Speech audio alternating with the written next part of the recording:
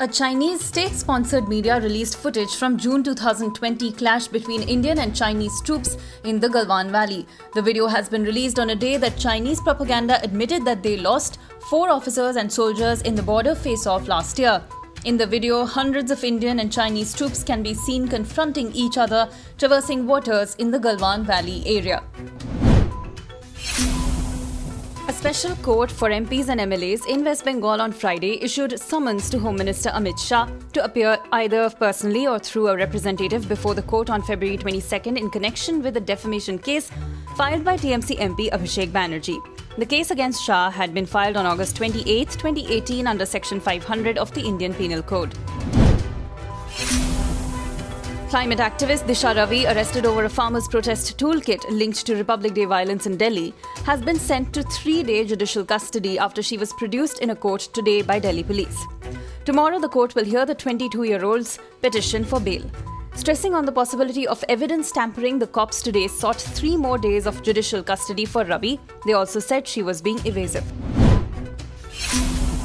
As Bharatiya Kisan Union leader Rakesh Tikait asked farmers to be ready to sacrifice one crop in the interest of continuing the ongoing protest against the farm laws, it has been made clear that the protest on Delhi borders will not be withdrawn. Either the farmers will accept the loss of one crop, or farmers will take the help of more workers to harvest crops. 2 policemen were killed by terrorists in the Baghat area on high-security airport road in Srinagar on Friday.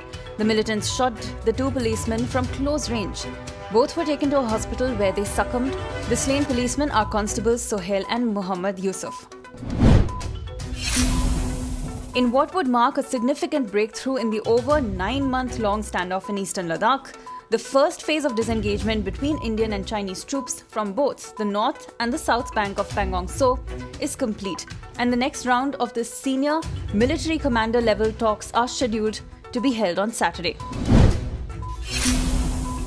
The United States officially rejoined the Paris Climate Agreement on Friday, reinvigorating the global fight against climate change as the Biden administration plans drastic emissions cuts over the next 3 decades. Scientists and foreign diplomats have welcomed the US return to the treaty, which became official here 30 days after President Joe Biden ordered the move on his first day in office.